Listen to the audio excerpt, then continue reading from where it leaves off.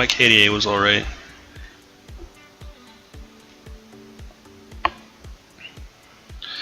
Alright, so DCB has made it into the game. Alright, so let's take a look at what we've got here. DCB is going Trist with a Nami in lane.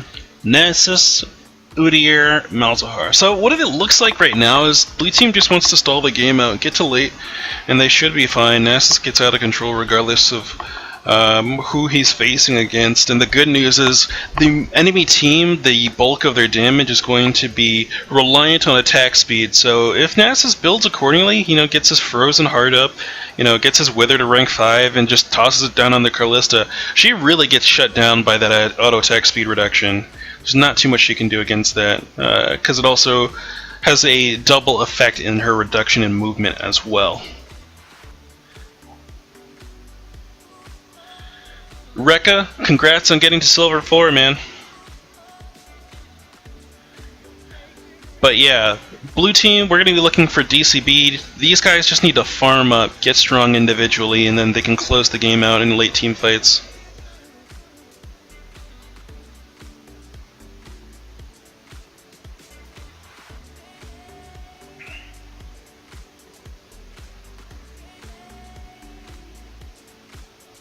Yep.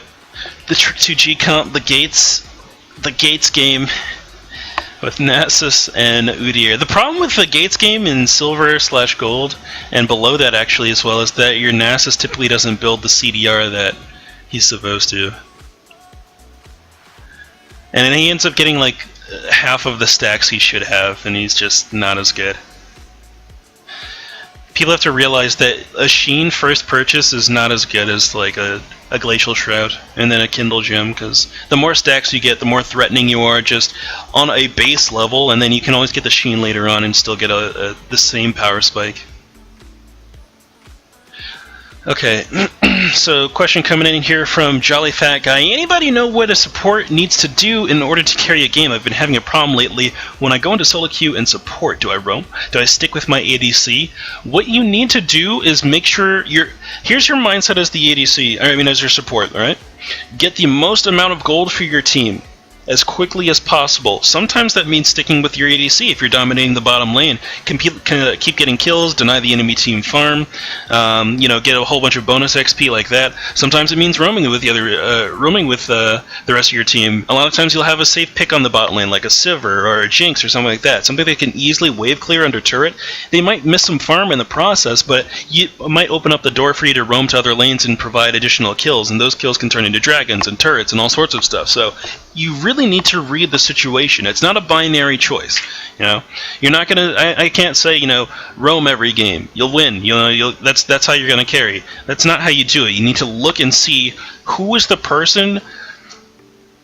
As a support, you need to look at who is going to be the carry. You yourself are going to carry by identifying who is going to be the most impactful on your team and going to that person to get them the most gold. That is how you get your most impact. The other thing, of course, on any support, and I say this all the time, is make sure you maintain vision control. Vision control meaning deep ward coverage in the enemy jungle, all of your lanes are covered, and also denying the enemy vision.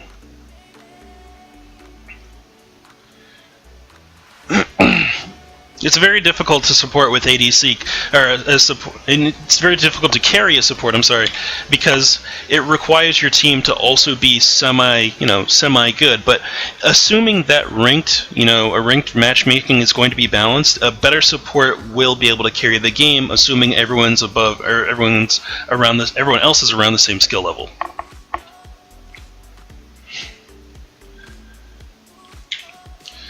Alright, so we're finally loading in here. DCB said that he might have a DC jungler, which would not be good.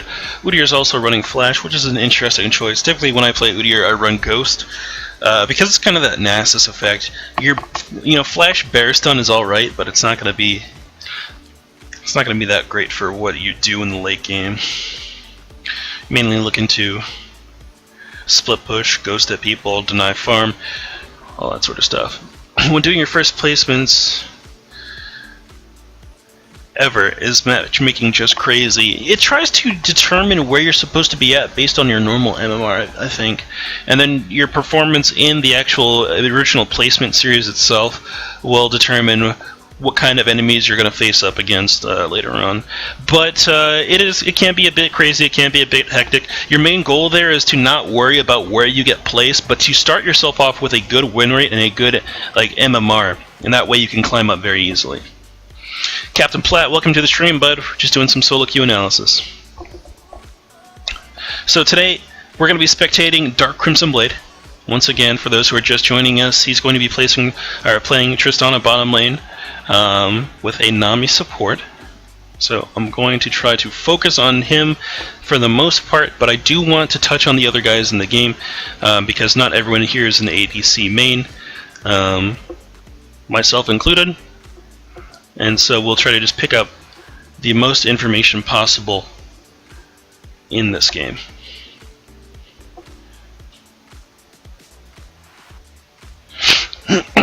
But yeah, feel free to ask questions. I also need to stop that Nightbot timer. There we go. So he doesn't keep telling us how to join cast at 5v5 games we're not playing right now. Alright, so we are now in game. Good. Looks like they're going to be running an Ezreal mid lane in this comp as well.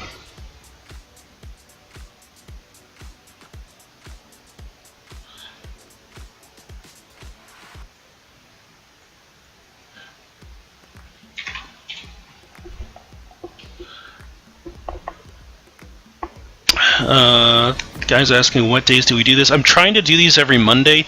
The reason that I haven't been able to the last couple days is because the guys from the podcast keep wanting me to record with them.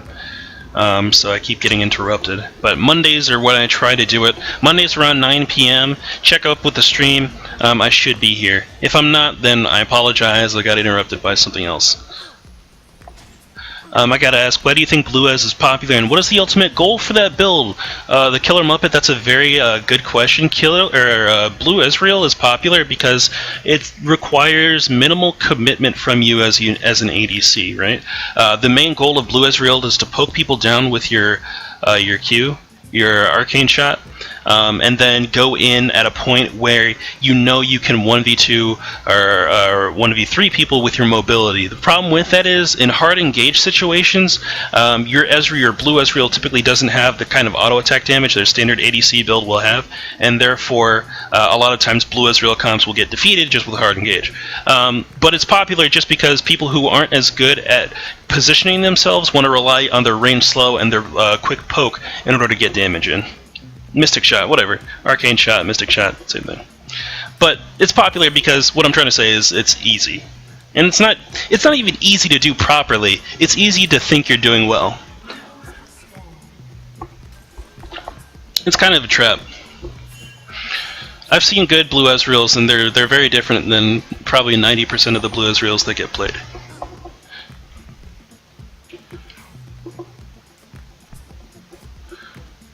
Arcane Shot.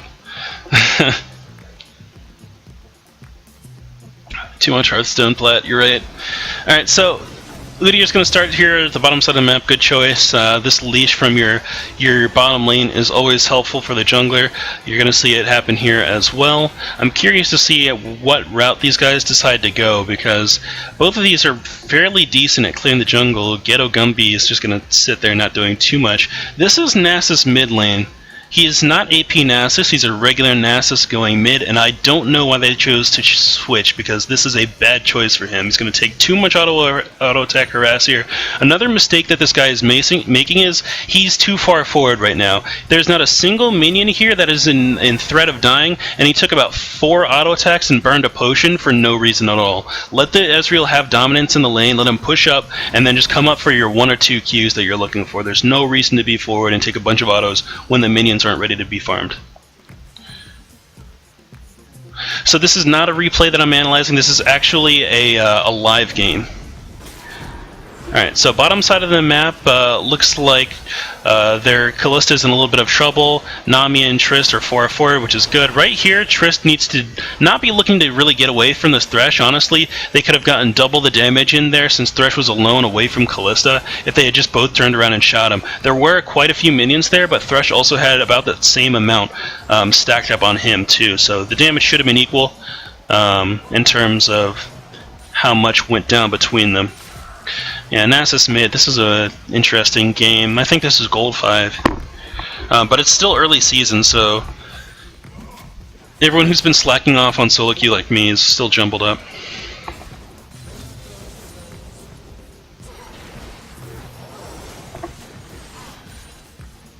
Alright, so top side of the map, Udyr is looking to come in for a gank. He considered going through Tri-Brush there, which wasn't really needed. This gank here might be alright. Ghost gets popped. See, this flash stun is alright, but I don't think he can take him out in time. Unless that silence lands. Even then, it's going to be rough. They do manage to pick it up, but they commit a lot towards that gank. It's going to be fruitful for them, though. Shutting down this Tryndamere early is nice, but honestly, I would still prefer Nasus go against him, considering Nasus is kind of a direct counter to Tryndamere. The only thing that wins against Nasus in terms of that matchup is if Tryndamere just gets a whole bunch of early crits, but like I said before, with that Ezreal poke, if Nasus is just waiting for the minions that he can last hit with Q, and not really standing in a position where he's going to get auto-attacked a lot, he'll be fine. Top side of the map, Malzahar basically just gets greedy and goes down. That's another thing you need to be aware of when you're playing top lane is you typically don't want to stick around a long time if you're low like that Malzahar was. He took like 2 or 3 turret shots after that fight. That was an interesting E. He went forward and actually pushed Udyr back under turret. I'm not sure how that worked. That's not right. So this Hecarim's going to be huge. Hecarim is not the guy you want to give money to. Nami goes down on the bottom side of the map. DarkCrimsonBlade jumps forward here in a 2v1 situation. You don't want to do that. He needed to stick around from range and just poke a little bit more. Both these guys are low, but honestly, if they focus properly, they can easily take out DCBs, so he needs to be wary. Just stay here under turret, stay safe, wait for your support to come back. There is an instance in which he can actually go in on this 2v1, and that is if he gets some explosive shot damage down on Callista before going, and Thresh misses a hook. If those two things don't happen, then he can't really do too much aggressively. Alright, so middle, it looks like Hecarim is actually getting some deep ward coverage. I like this ward here. I also like the taking of this crab. That offers pretty much free additional vision for your team. I'm going to switch these two around so that they're actually matched up properly. Udyr decides to go Stalker's Blade, so hopefully he's looking to be a gank-oriented jungle here.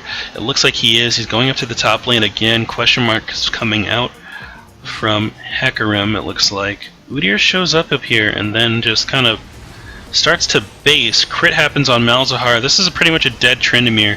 I don't think he's got his spin. Yeah, let's rewind this because I think Tryndamere makes a critical mistake. Hecarim says that he's going to come up and gank. He spins forward for no reason to get the slowdown on Malzahar when honestly he could have walked up and had the same amount of pressure.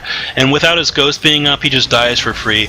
And a Tryndamere, what you do, your typical perfect trade, looks like walking up to the enemy, auto-attacking them a few times, and then spinning the opposite direction so the spin still clips them on the back end, and you get away for free. Ghetto Gumby's just going to get ulted here from Malzahar and die. Another crucial thing that you want to be aware of as a jungler or anybody, if you're, if you're 2v1 goes foul and you're still around, you want to make sure that you back up, get to a safe position, and don't die again. That's part of the reason that these silver and gold league games go so weird is because a lot of people die in positions where they have all the opportunity in the world to keep to stay alive, and it generates a lot of frustration for everyone who's involved. But it's just the fact of the matter.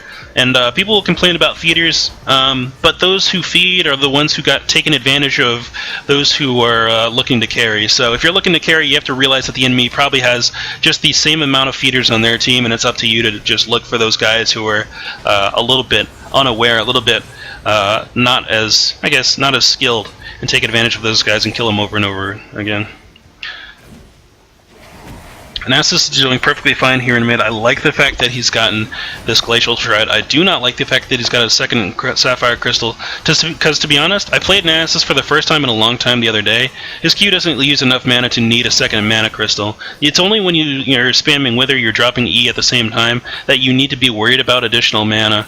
And he's not doing any of that. You'll see that he's dropping like 8-10 Qs, and his mana's like right here. It's just... It's perfectly fine for him to just go an additional Cloth Armor and look to really rush that the Frozen Heart as quickly as possible. Alright, so Q comes down. Hecarim can't really do anything about this Nasus right now. He's already at a point where he's a problem for the enemy team. He's got, what is this, 140? Yeah, 141 damage on his Q at 8 minutes. That's devastating. Alright, so Gank comes down on Ezreal. He actually burned his heal there, but I don't think it actually healed any of HP. So he's down maybe 100 HP. Yeah, he burns his heal for 149. He wasted about 40 of the HP, 40 of the healing there, which is like a fifth of it.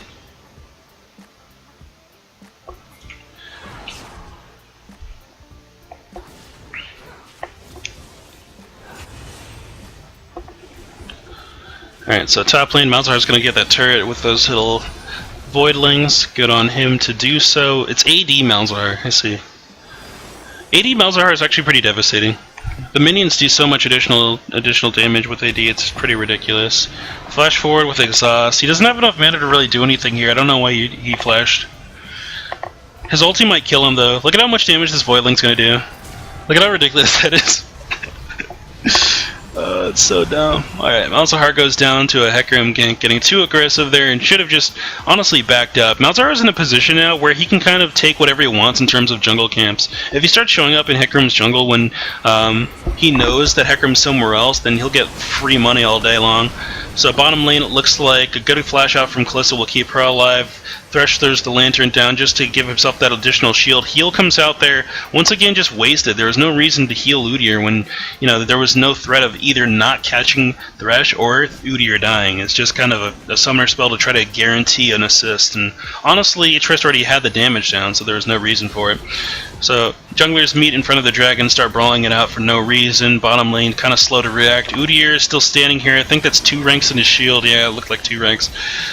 Flash forward from Hecarim will pick up that kill. This exhaust is going to be required for Nami to stay alive. Alright, so let me rewind this. Let me rewind this real quick because I want to touch on something. Alright, so Gank goes down. Udyr comes up. He finds this pink ward here. Hecarim comes down, looking for a fight for some reason. I honestly don't know why Hecarim's coming down. I guess to defend against this dragon. Right here, Udyr should be pinging. He should be pinging, hey, there's a Hecarim here. Nami realizes something is going on. DarkCrimsonBlade on Triss, though, he just assumes that a 2v1 will be okay between this Hecarim, who's actually 3-1 right now, so very, very damaging, and Nami. Nami's already late to the fight, so honestly, it's been a 1v1 against this Udyr, for this Udyr against this Hecarim this entire time, and Hecarim just does too much damage at the moment. Yeah, had DCB reacted to the initial dragon call rather than looking to push out the wave, that fight not only would have never happened, but Udyr would have never died, and they probably would have gotten the dragon. So just a tip there, if your jungler is making a call to get dragon, especially at this elo, just go for it. And especially if you've already killed someone in the bot lane. I believe they already took out Kalista, so that was going to be a free dragon if everyone had showed. So this is going to be a blue Ezreal here. He's working really hard to try to force this Nasus out of lane. You'll notice that it's doing absolutely nothing, and that's because blue Ezreal early on is very, very weak, which is the kind of opponent that Nasus loves. He wants to just be able to farm up, heal as much as he wants, stay in lane forever. These auto attacks are just doing negative damage. Alright, so top side of the map, Malzahar finds Tryndamere. He once again spins unneededly on these minions to try to just do a little bit of additional damage. He ults, but honestly, yeah, he's dead. This Tryndamere just does not save his spin. Which ADCs do you think are the strongest right now? Probably Sivir and Graves. Honestly, Graves has so much early game lane dominance that it's just kind of unmatched, considering Lucian and Corki have been nerfed so much. And Sivir's team utility is so strong that you can kind of win a fight just based on movement speed and AoE damage with bouncing blades, or boomerang blades and ricochet. I've seen some ridiculous Sivir damage. I've done some ridiculous Sivir damage. Like, you get an IE on that character and it's just done. Alright, so this looks like it's going to be pretty much a free dragon for blue team. This is that should have gone down like 4 minutes ago, but that Hecarim kind of got that 1v1 fight. Alright, so top side of the map, Malzahar is taking out 2 turrets because the AD minions do too much. Bottom side, it looks like Hecarim's in the middle of a fight. DCB is in perfect position to kind of clean this up. He gets Hecarim low. He needs to turn back around and auto-attack him one more time. He thought he got him, but he didn't. And so now he's going to try to turn back. Good thing Nasus showed up. Double kill happens because of explosive shot, and now Nasus is just going to kind of help clean this. Triple kill is nice and easy for Trist, especially with that TP. I feel like TP is a little bit wasted here on Nasus in the mid lane because you're not as far away from the rest of your team. You're more centralized. So you can kind of go for something more aggressive, but I guess it's alright.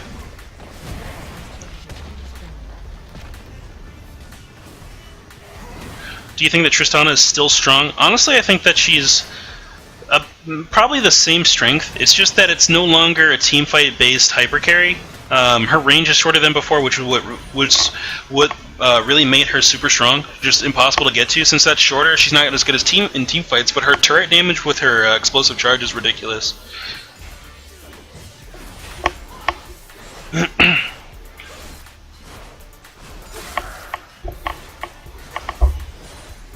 I mean, Jinx could be the winningest champion in ranked, but I still don't believe that's warranted. There's too much utility that comes out of Sivir. Jinx requires too much protection, and in solo queue, people just typically don't protect you. Kill goes down onto Ezreal. He's trying to kite into his little voidling there, but it doesn't work out. I don't think Jinx is OP. Like, when you think about Jinx play, what you typically remember them doing is firing a rocket. That's all I remember. It's very rare that I see a Jinx and I'm like, wow, she auto attacked a lot in that team fight. It's usually she zapped me and then fired a rocket in the middle of a team fight. What's up, Jimmy?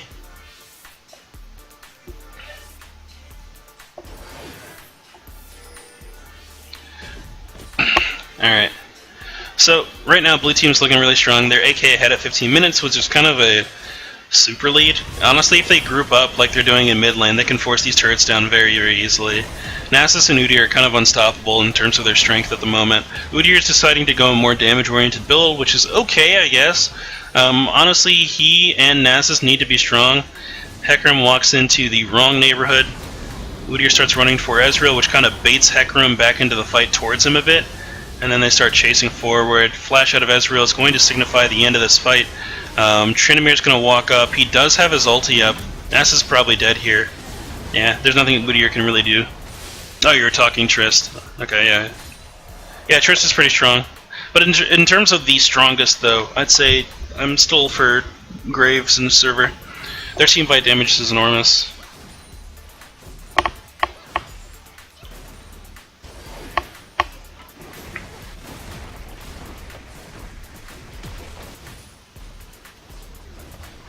Alright, so mid lane, red team's finally retaliating with a tower. Honestly, Trinimir has ulti up. There's no way that Udyr wants to be here. He does pick up that kill on Ezreal, but if Trinimir spins, he might be able to pick it up. No, he gives up on it. Alright, so DCB and Nami are doing a fantastic job of pushing. How long will it be streaming for? I am not quite sure, honestly. This explosive charge will pick up this kill. So you can clean up fairly easily here. Hook goes out, misses, double knock-up from Thresh is going to be good. The reason that this fight is going so amiss is because, honestly, Blue could have just focused this Kalista and killed her immediately. That first buy, Runon's Hurricane, is not supposed to go.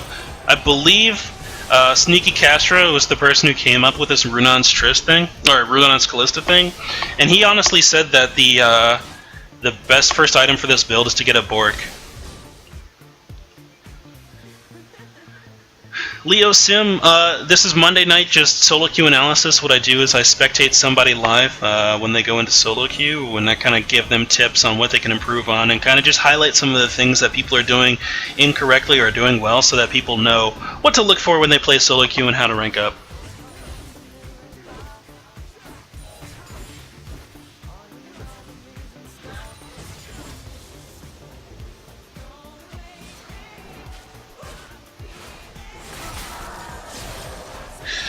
Alright, so Blue Team is still maintaining this 8k gold lead. They have a little bit more than that, actually. The real problem in this game is that Nasus is at 400 stacks at, like, 17 minutes because he built correctly. He's already got his tier up, or his Frozen Heart up, and Ezreal can't stop him. Topside, Tryndamere is getting pretty low. Udyr assumed that Trynd had ulti when, in fact, he did not. I don't know if he can catch him here. He does. Smite OP. Stalker's Blade too good. Bottom side of the map, Malzahar gets in a fight with Hecarim. That will pick up a kill.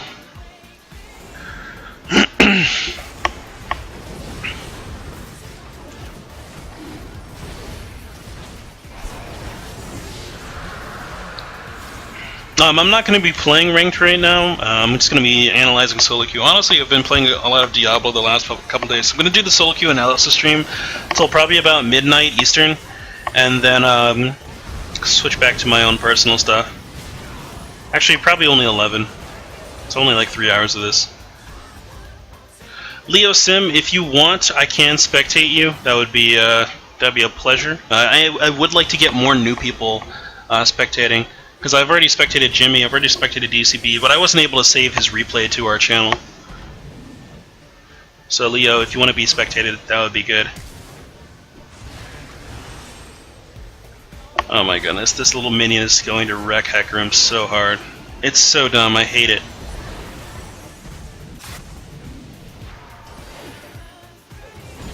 On the list of powerful ADCs, someone asked me for the best. They asked for the best, and I said, I gave you 2 options.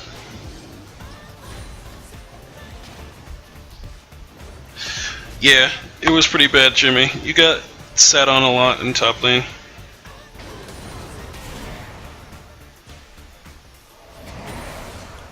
Remember, guys, if you want to be spectated, it has to be solo queue. The reason I'm not doing normals is because a lot of times people just don't try on normals, and the MMR is all jacked up there.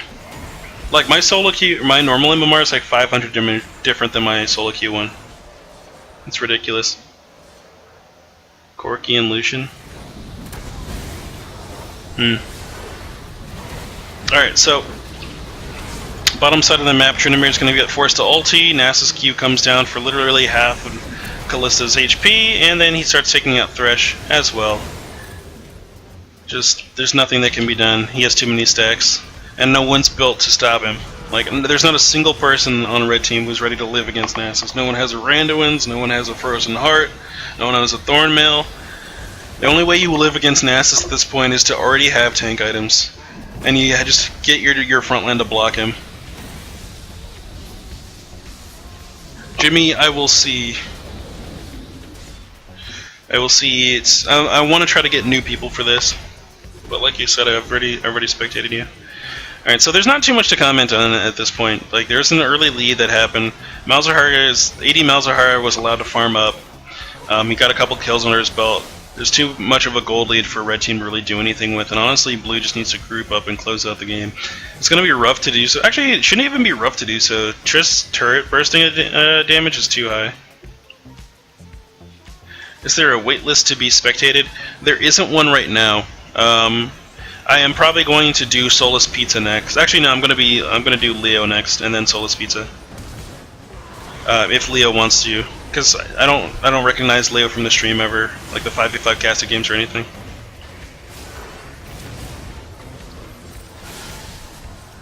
And once again, Malzahar minions on AD do too much. He just runs away after putting Malefic Visions on you.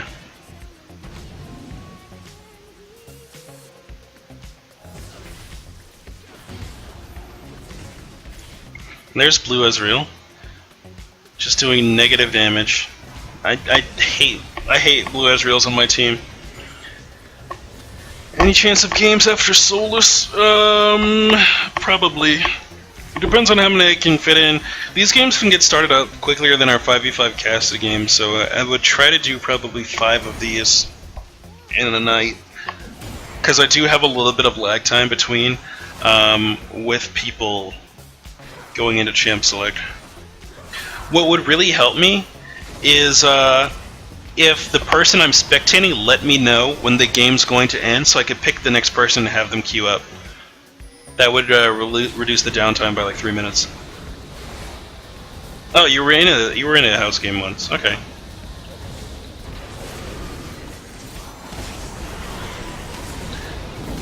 NASA shows up, brings down the cane. GG.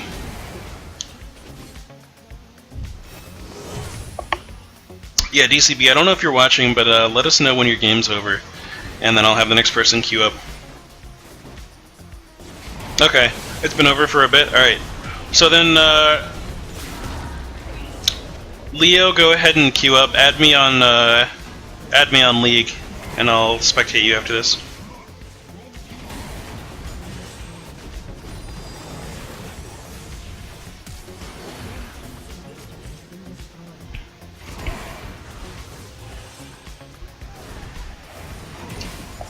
Yeah, there was just not too much to say about this game.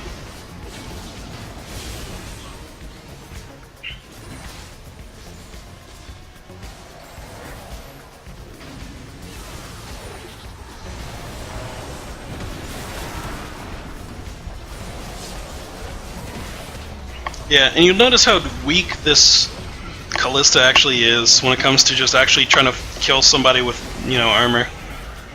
Can't do it. Okay. So yeah, Solus Pizza, go ahead and start. And then